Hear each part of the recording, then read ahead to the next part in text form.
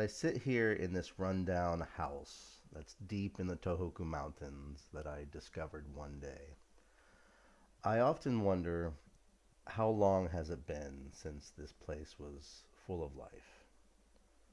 How long has it been since people closed its doors for the final time? And I, looking around, I see that maybe it could have been Taisho era, early Showa, which is roughly about a century ago. And you got places like this, especially in Tohoku, it doesn't get much attention. And like I've said in previous recordings, a lot of people tend to only go to Tokyo, Kyoto, Osaka. Those are the famous spots to be. And but up here in the north, not so much. So you're going to have a lot of these old rundown houses, deep in the mountains, and no one's going to ever come across them unless they are out actively exploring. And I have wondered how many people have actually come across this one, but today this will tie into what I'm talking about today, kind of. And even my urban legends will connect to our main topic. Um, but I know I talk about a lot of urban legends. Every time I hear a creak, a floorboard creak, or a door open, whether it's by the wind or a ghostly presence that inhabits this house, uh, I forgot where I was going with that. This is why they call me the Coyote Nai Sensei. Yeah, I'm gonna edit that one out. Anyway, so this urban legend that I'm gonna talk to you, I'm gonna tell you about, um, takes place in Kyoto, so far from here. And so long ago in Kyoto, there was this giant gate, this Rashomon gate, and it was a busy passage into the city during the day. But at night, no one dared to go near it. Even angels feared to tread around it. And travelers whispered of a demon who lurked around it, feeding on corpses and preying on the living. One night, the warrior Watanabe no Suna was sent to investigate. And he climbed the gate and he came face to face with the Oni. The two fought. The Watanabe with his sword and the demon with its claws. And they battled it out. And then finally, Watanabe struck and severed the demon's arm. The creature howled and dashed into the night. And while he was vanishing, he said that he would swear vengeance upon what he had lost. And for years later, people claimed that the Rashomon Gate demon roamed in the shadows, waiting for a chance to reclaim. But so stories like this remind us how deep the roots of demons run in Japanese folklore, and especially up in here in Tohoku, they are much more in tune with nature than they are south of this area. And Tohoku is up north; it's in between the Kanto region and Hokkaido, and so when you hear a lot of urban legends about Japanese culture, a lot of them have demons connected to them in some way. And today's topic will be about Demon Slayer, or Kimetsu no Yaiba. And before I get really into it, I'm going to say that there are spoiler warnings. So if you do not know the full story of Demon Slayer, um, then don't listen to this because I will be talking about things that have not been released yet. Um, or if you don't care, then that's perfectly fine. You know, you can just listen to my annoying sounding voice. So today's topic will be Demon Slayer and my general thoughts about it and my ideas. Um, I used to have similar conversations with my friends back home, usually when we were talking about Naruto.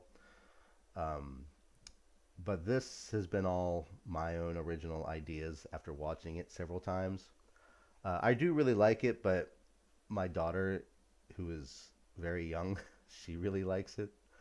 Uh, and while watching it with her, I started getting these ideas about different aspects of the story. And if you are unaware of what Demon Slayer is, it is the story of a character named Tanjiro who, you know, slays demons. Basically, he he and his sister um, are looking for this particular demon after his sister is turned into a demon. Um, their family is murdered, and his sister is the only one left alive. And so Tanjiro is trained to be a demon slayer, and so he and his sister are traveling around looking to figure out how to turn her back into a human. And yeah, they meet more characters along the way. It's very hero's journey esque, very typical anime like Dragon Ball, Naruto, Bleach. And the one thing that I thought was very interesting is that it does not take place in its own world. Dragon Ball is its own world. Naruto is its own world. Bleach is contemporary. It is in the everyday style of Japan. Um, and Demon Slayer kind of makes you one think that they are in their own world, and then they mention going to Asakusa and that it's the Taisho era. So it takes place in this world.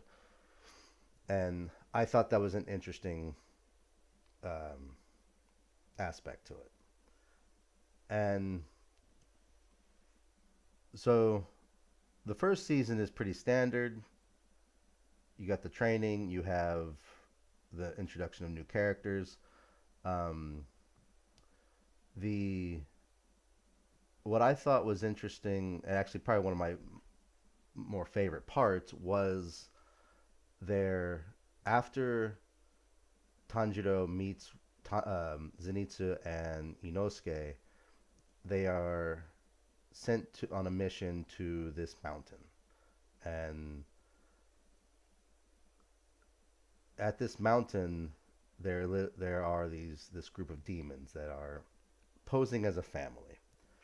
And it's not, the overall arc is, is okay. It's fine, but my favorite part of that arc is just the beginning of it, because it does give you this really creepy vibe.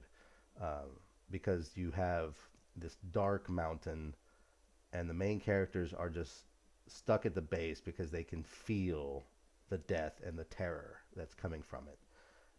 And you get all these other demon slayers that had been assigned to go into this mountain to fight the demons, and they've all been massacred, with the exception of maybe a handful of survivors. But so these demons have spider-like abilities, and one of these spider demons is part of the 12 moons, which is these group of demons that are powerful. They're not as powerful as the main demon, Muzan, but they are supposed to be some of the next level powerful, just under him. And there's different ranks to them. You have the upper moons, who are the most powerful of the group, and then you have the lower moons, which are not so powerful by comparison, but they are supposed to be really strong. Which this leads me into my next issue with this. So they defeat the spider demon, and he he's one of the lower moons. And then at the end of the first season, we see Muzan, just berating the other lower moon ranks, and he just annihilates them. He's pissed off, and he says, "You guys are incompetent. You're done." And he just kills all of them, with the exception of one, which then leads into the next arc, the Infinity Train arc, and so he lets that demon, he lets one more lower moon live to carry out this plan, and of course it fails because the main characters take him out. But my question is, why not let all the lower moons do this? Why leave it just one? And it would seem to be, it would stand to reason that if you have these, if the spider demon, Rui is his name, if he was powerful enough, well, to a Hashira, which are the highest ranking demon slayers, he wasn't anything special. But to the main characters like Tanjiro, he was a force to be reckoned with. Like, Tanjiro really struggled with him, and then even broke his sword. Um, so why not have all of the lower moons do this mission together? And and then that way they can at least attempt something before they're all killed by the main characters. Um, and so you have the Infinity Train arc, which was also a movie. And I went to the theaters to see this movie, not knowing it was part of the main story. I just thought it was just a typical Demon Slayer movie, and in the same vein as what Naruto and Dragon Ball used to do with their movies. Their movies were just standalone stories that were not connected to the main story in any way. So I get there, and again, spoilers. I get to I get to the theater, and I'm watching this movie, and they kill off one of the Hashira, one of the main characters, or I guess supporting characters, and it surprised the hell out of me. And I'm like, man, this one's got some balls to do that. Little did I know at the time that it was connected to the story, that it was just a movie version of the Infinity Train arc. Didn't realize that. And this was actually also before I had finished season 1 at that time. So didn't realize it was all connected. So that's my thoughts on that when it comes to the lower moons, because when we get to the higher moons and when Tanjiro battles a few of them, we just see how powerful that they really are. Now, another idea that I had was, if you have watched Demon Slayer, if you are caught up with it. So in season 1, we have a demon, and this is where Inosuke is introduced. You have a demon named Kyogai. And he's an interesting character. He's in this house with several other demons, and the other demons are not anything special about. They get quickly taken out. But Kyogai, he has this ability. He's got these taiko drums in his body, and hitting them can either rotate a room in any which direction, and then the main one on his torso, it will send out a claw attack. And so he and Tanjiro battle it out. And we find out that Kyogai used to be one of the lower moons. But he got demoted because he couldn't eat humans anymore. Okay, so considering now, at the time you're watching this, if you're watching it, because this is towards the beginning of the season, or maybe the midway point, when you're watching this, you don't think much of it. You see, Muzan is pissed off at him. He berates him, and he's like, "You're useless to me," and he just demotes him from the lower moons and puts him into the normal rankings of the regular demons. But why didn't he kill him? If he's useless to him, then why didn't he kill him? And but at the time you see that, you don't think much of it, and then you watch how he just dispatches the other lower moon ranks no problem or with no real issue. He just says, "You guys are incompetent. You guys are always changing because you guys keep getting taken out by the Hashira." And then the upper moons they've stayed the same for, you know, 2 or 3 centuries, but you guys can't seem to, there's a lot of turnover rate here. So he just ends them all. And I'm like, well, if they're that useless, then okay, I understand them killing them, but it conflicts with him demoting Kyogai. And so I was wondering what was the difference. And then as I was watching this with my daughter, I got the random idea: what if Kyogai was related to Nakime?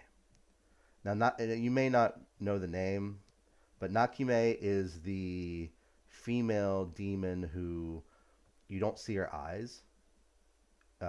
She looks very traditional Japanese.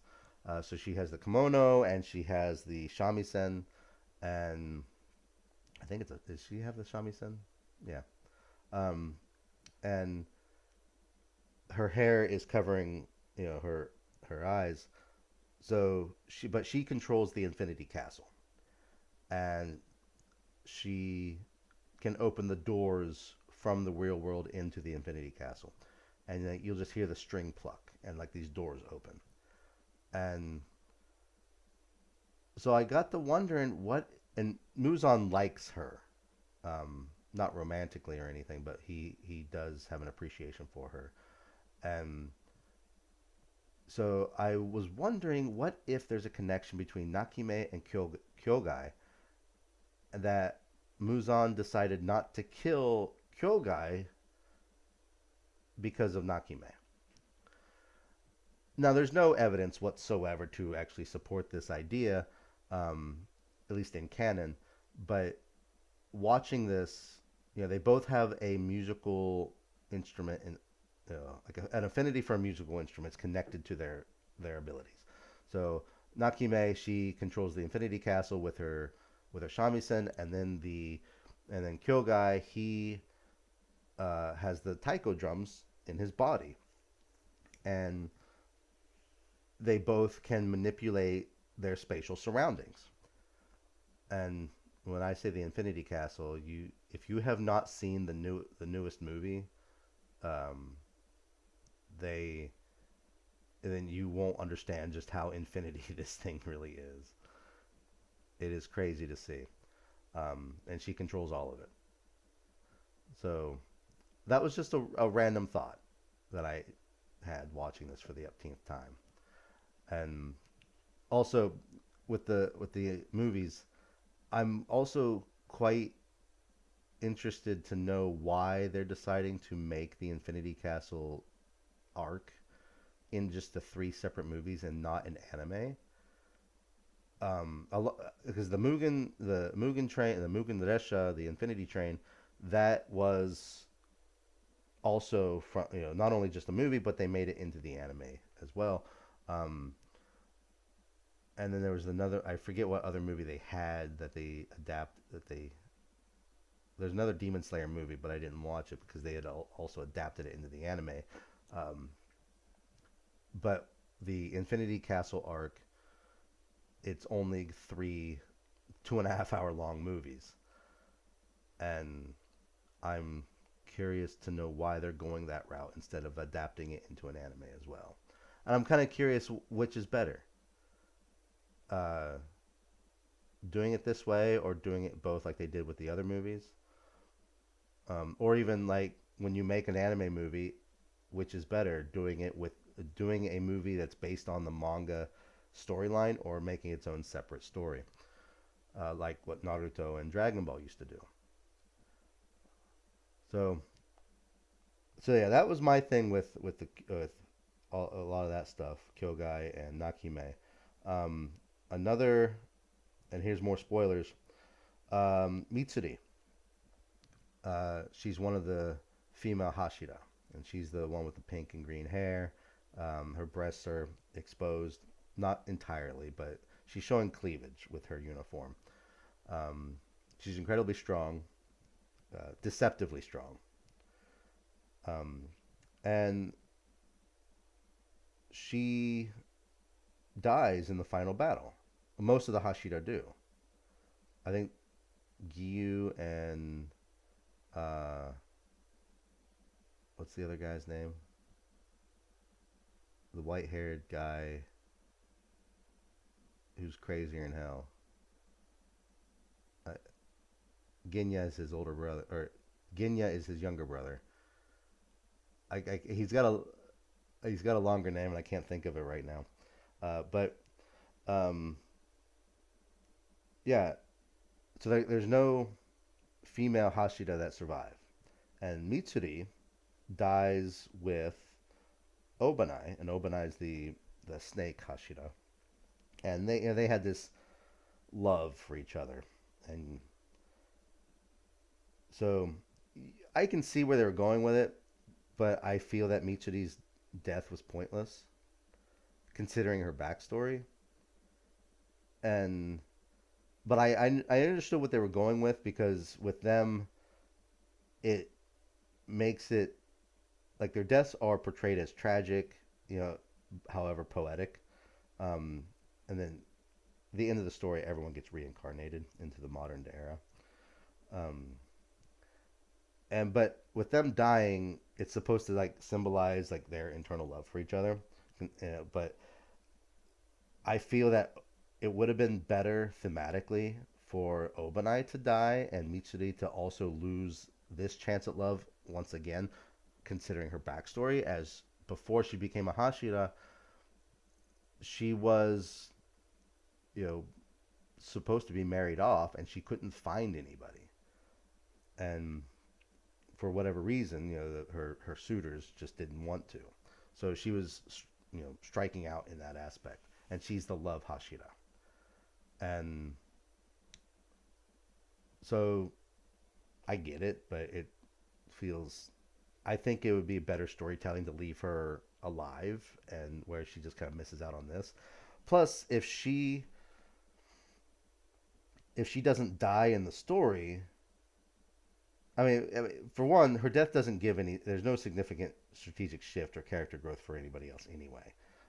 Unlike Kanao when Shinobu dies, and but with Mitsuri, her role could have continued on as like the surrogate older sister to Nezuko, because Nezuko loved her. Because if you watch the swordsmithing village arc, you can see just how much Nezuko adores her. Um, Shinazugawa, that was his name. The white haired crazy guy. Yeah, he's the wind Hashira. He's the one that died. Yeah. Oh, I'm very unreliable. Um, so I don't. Again, I don't think her death was necessary. Um, but I can see where they were going with it, and I'm for me narratively, it just doesn't work for me. Um, but like with Shinobu, you know the butterfly Hashira, basically she's the medical Hashira, the poison one, the one who's like really super nice but really angry at the same time, and you don't know it until you watch this movie, because, and again spoilers, because in the movie or in this arc she faces off against Doma, and Doma is the demon who murdered her older sister, Kanae. Um, and so before this, you see Shinobu as this sweet, kind. She when she speaks, she does have. You can sometimes catch this venom in her voice, which is kind of funny considering she deals with poisons. Um, but she does it with like this bright smile on her face, and especially when she's talking with Giyu, which there could be some chemistry there. But she fights against Doma, and Doma is super fast, just like, and she is really as fast as well. But she realizes that her poisons are not affecting him as they should, um, and so she allows herself to be killed by him, and it's a wonderful fight. Yeah, but she could keep going, but she understands that it's not going to end well, and the only way for her to defeat him is for him to kill her. And I know that sounds weird, but her body is full of poison, and so she lets herself be absorbed into him, and that's just at the moment when Kanao enters the room, and she witnesses it, and she freaks out. And so then it's her turn to fight him. But she doesn't fight him alone. Inosuke comes and helps her, and which you may think it's an odd pairing, but you find out, again, spoilers, Inosuke's mother was a follower of Doma when he was years ago. And Doma actually liked Inosuke's mother, and had decided not to kill her. But things ended up changing, and so, but we'll find more about that when the next movie's released, or if you've read the manga. So, um, so that's all of that. My thoughts on the overall storyline. Now, my overall favorite arc of this series is the Entertainment District arc, or the Yoshiwara arc, because it's an area that you don't expect them to go into, because they go into Asakusa, and of course Asakusa is a famous spot in Tokyo, and but you don't but for them to go into Yoshiwara, which is the red light district essentially, uh, in this type of show, is unexpected. Um, but if you know history about it, and it was going pretty strong at that in that era, um, it works. And considering Tengen, who is what Hashira is he? I can't the sound Hashira. He's a former shinobi who has three beautiful wives, and it pisses off everybody else because he's handsome in his own right. Like, if you see him when he lets his hair down, and he's more in his civilian clothing, he's handsome. Um, and then you can understand why he has three wives. But it just pisses off everyone, including the demons he fights in this arc. So in this arc they go up against the upper moons, um, Daki, and so she is an Oiran. She's posing as an Oiran, and she's been here for some time. And Tengen goes. He recruits Tanjiro, Inosuke, and Zenitsu to go into Yoshiwara to look for his wives, who were sent there previously to look for this demon. And all three of them had been captured, and he hadn't heard from them in some time, so he got worried and went to investigate. So he takes the three guys with him, and they go into these different houses, posing as girls, and of course, Tengen dolls them up in this very horrid, ugly manner, and but with his charm and his good looks, he's able to sell them off to these houses, and they all have their luck, their different luck in terms of how well they do in these houses. Like Tanjiro, he's always hardworking. He's so honest, and he ends up doing more of the housework than he is actually investigating. Um, so he's not very attractive as a woman, you know, dolled up to be as a woman, but because of his hard work, the house mother, uh, they allow it. So uh, Zenitsu, uglier in sin as a posing as a woman, and but he's very good with the shamisen. And there's some and things that if you've noticed, so Tanjiro has a good sense of smell, and Zenitsu has a very good sense of hearing. So he's very good with instruments. And so that house allows Zenitsu, because he's very good with the shamisen. And then Inosuke, he's funny because he's a man, but his face is very feminine, and he's got shoulder length hair. And even when they first see him for the first time, because he's usually wearing his boar mask, uh, they Zenitsu's like, how, like, you have the head of a woman, but your body is a man. And so when he's all dolled up, like the way Tengen made him, he looks ugly as hell. And but the house mother cleans him up, and he's like, oh wow, this she's very beautiful, and I can't believe I got her for such a good price. Still believing that it's a girl and not a man. Uh, so uh, so he gets away with being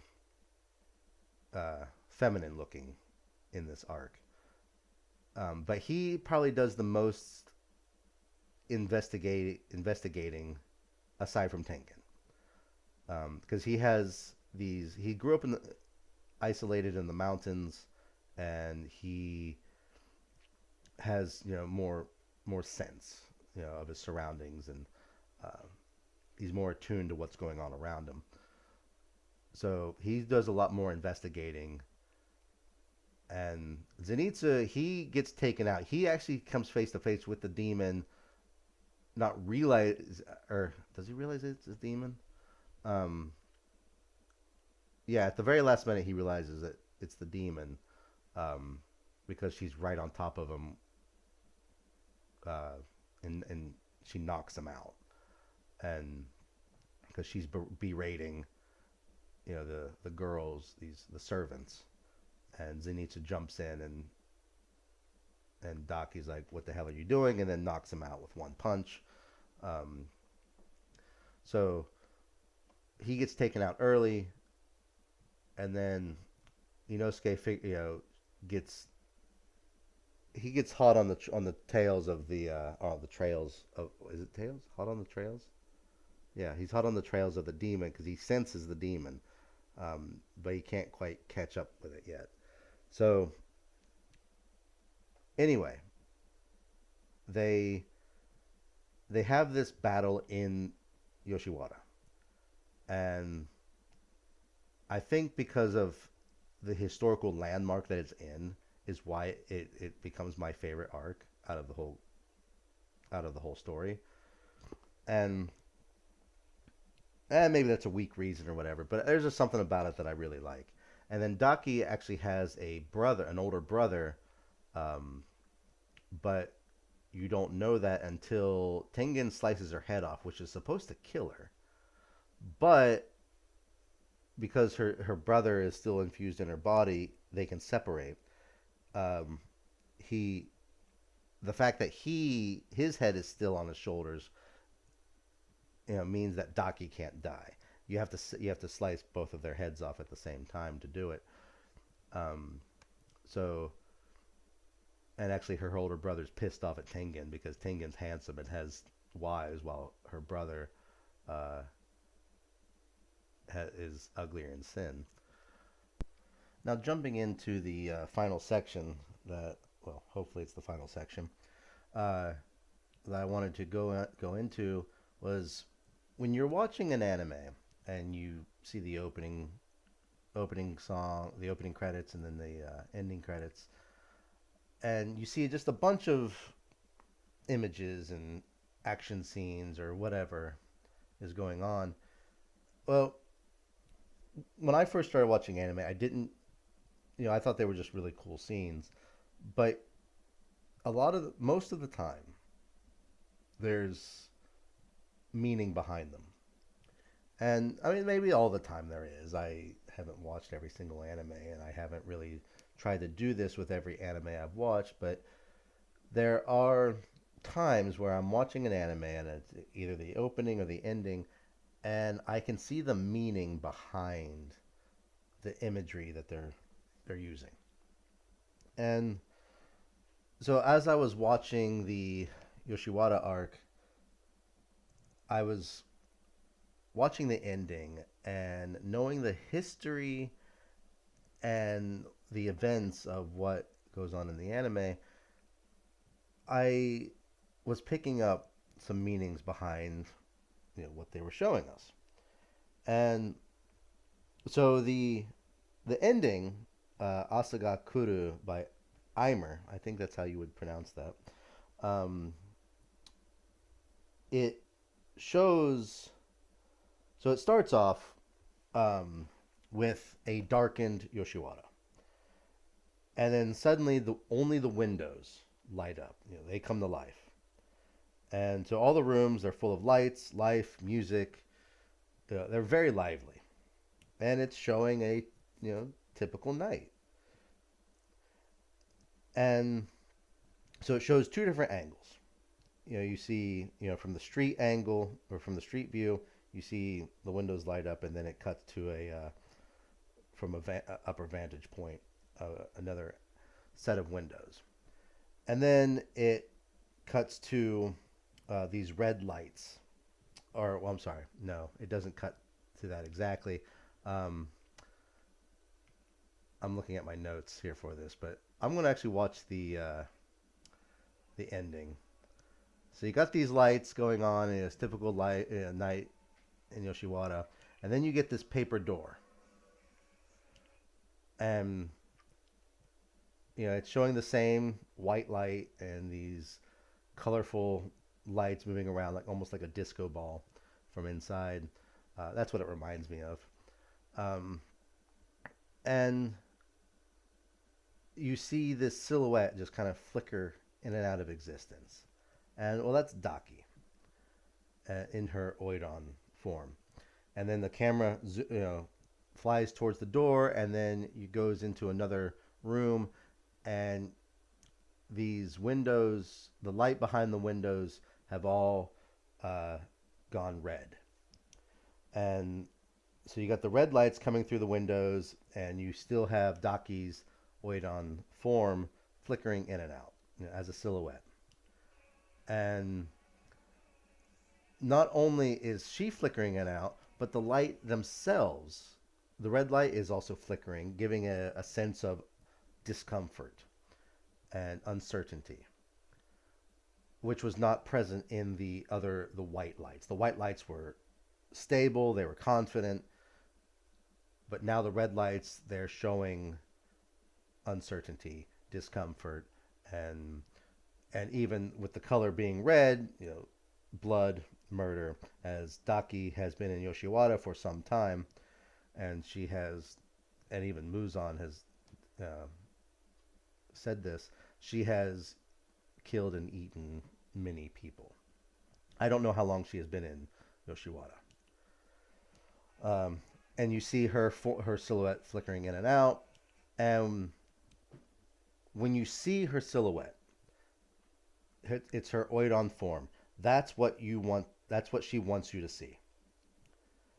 And when she disappears, when she flickers out, that's her demon form.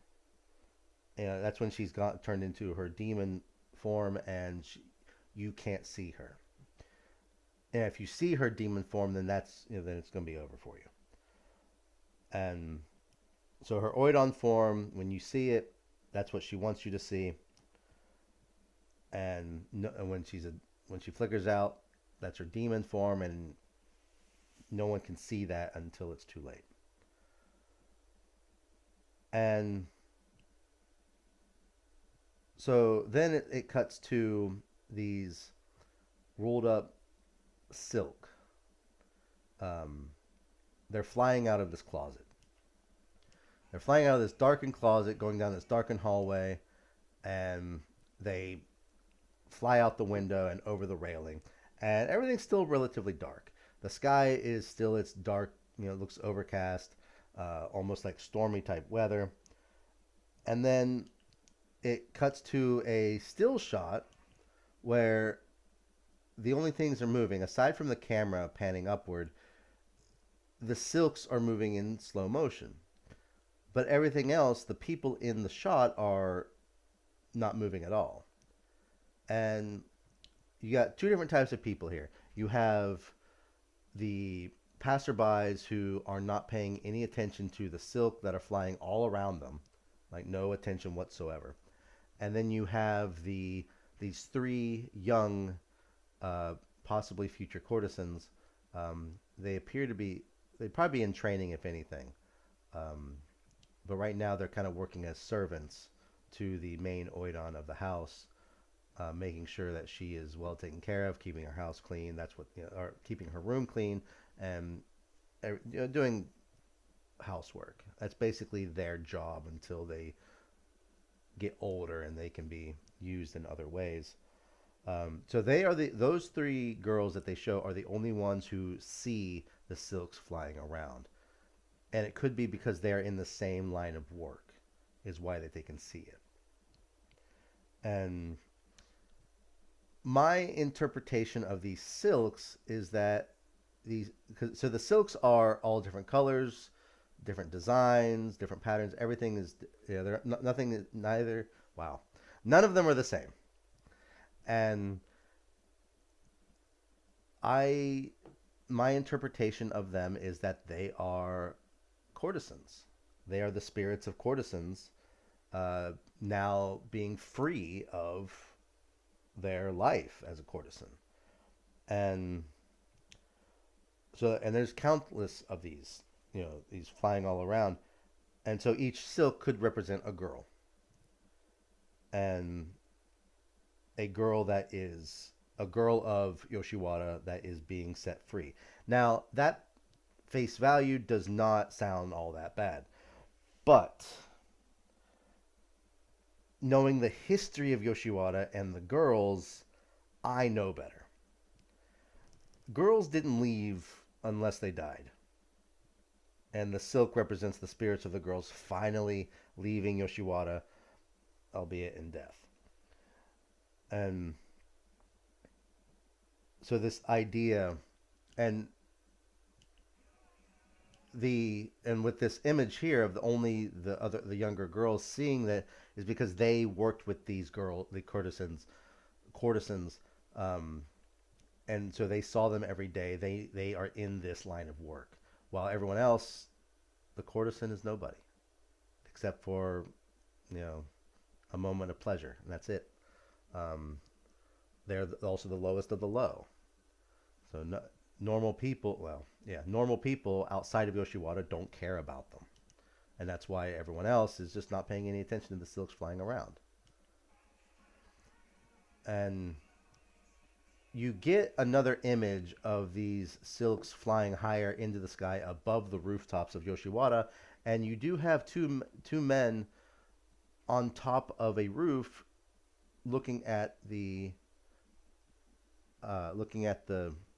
silks flying up, and they appear to be fixing a rooftop, and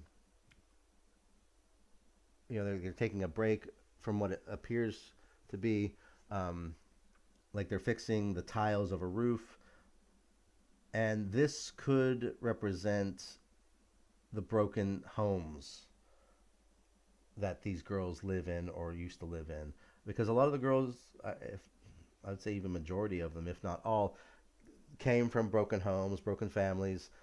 They were runaways or they were sold into this to pay for debts. That's just the reality of it. And these people, while they are not directly Yoshiwara, you know, house owners, they're not the masters of a house.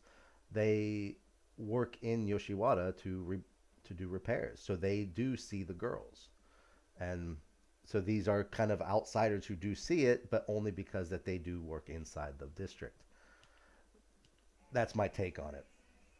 And then you get another shot, a zooming out shot of more silks flying higher into the sky, mixed in with um, leaves blowing in the wind, and you have those three girls that we saw a few shots earlier raising their hands toward them, either in support, saying farewell, or in wishing that they had that they were going with them, because even it didn't matter who you were, you did not lead a very good life as a woman in Yoshiwara. And then it cuts to the main characters asleep on these silks. Um, you have Zenitsu and Inosuke. They are asleep. They're facing each other. Then it cuts to Tanjiro and Nezuko, who are also asleep, and they're holding hands, showing their sibling bond. And Nezuko is also she doesn't have her muzzle in, showing how peaceful she is when she's with her brother. And then it cuts to Tengen and his three wives, and they're all asleep. And then Tengen is the only one to wake up. And then it cuts to his. You give three quick shots, two of which are of him during from his shinobi life. Um, they're black and white, and the only color is the blood. As a shinobi, that's just a life of it. And then the third shot is when Tengen is becoming a Hashira, as you see the camera is from over his shoulder, over his right shoulder, and in front of him is the master of the Demon Slayer Corps, and this is obviously in the past, because as you can see on the master, his disease has not taken over completely by this point. When we are introduced to the master in the series, in the story, his disease has taken up over, around most of his face, and it's covered his eyes, and so he's lost his sight. But in this shot, it's only on the left side of his face and almost covering one of his eyes, but there's still color in it, showing that he still has his sight, in both eyes anyway. And then it cuts back to those same angles of Yoshiwara that we saw, where everything lights up now that daybreak has come, which is the name of the song in English. And the lights are off and everything's still dark, but the buildings themselves are lighting up. So it's in contrast to what we saw before, where the buildings were dark and only the windows were lighting up. This time it's the opposite. The buildings are lighting up, but the windows are staying dark, aside from the sunlight hitting them, but there's no light coming in from the inside. And then you have Tengen standing up, on top of a rooftop, and this daylight can also represent the fact that Daki has been defeated, and now the horror that she has brought with her has now gone, and so there's a new daylight, a new sense of freedom, and that has come across Yoshiwara, despite it still being a hellhole for the courtesans that live there. And then you have the silks dropping down. They're still floating in the air, but the focus is on the silks. So the silks, they are in focus. You see them in pretty good detail. Now the ground below, that is out of focus, and it's very orderly. It's just a bunch of straight lines, and it looks like the rooftops of the houses of Yoshiwara. But with it being out of focus, it could also look like a cemetery. And if you've ever seen a Japanese cemetery, they are very orderly. They're organized. They're not like some American cemeteries where it's just haphazard, put them wherever you want. Here, it's there is a lot of organization to it, and that's what it looks like at first glance. And when you think about the courtesans and their life, it makes sense because a lot of them had to. The only way out was death, unless they were paid for by one of their clients, which wasn't guaranteed. And a lot of courtesans died in the Great Fire that took out Yoshiwara. So that is could be why that this is out of focus too, or the ground below is out of focus.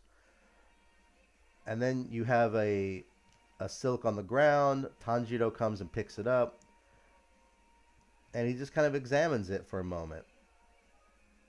And then because Tanjiro kind of has this extra sense about him, and then he notices something approaching, and the camera is flying right to him. And he's not shocked or surprised. He's just kind of watching it. And so it swirls around him before coming up into the air. And he just watches it fly off into the air. And we don't see what it is. And another silk comes in the frame. And then the camera angle focuses on that as that silk flies higher into the sky, escaping from Yoshiwara. And the unseen force that we the unseen force I was about to say that we see the unseen force that approaches that flies at Tanjiro before going flying up into the sky could be a spirit of one of the girls lost in Yoshiwara. That's my take on it. I'm actually curious if Mother's Basement will do anything like this, because he does really good anime opening and ending breakdowns. So that's what I was looking at as I had watched this ending several times, as my daughter really likes Kimetsu no Yaiba. And this is like I said before, this is one of my favorite arcs of this series. And so if you get the chance to watch this ending, think about what I said about this and see if you agree with that, or if you're just like, it's however you want to look at it. And that's going to be it for me on this particular episode. My next episode will be whenever I get around to it. I don't know when that will be. It could be tomorrow, it could be next week, it could be 4 years from now. I had another idea planned for this episode, but I was picking up these ideas watching Kimetsu no Yaiba, so I decided to do this one instead while the ideas were still fresh. And then the next one hopefully will be what I originally planned for this one. So until then,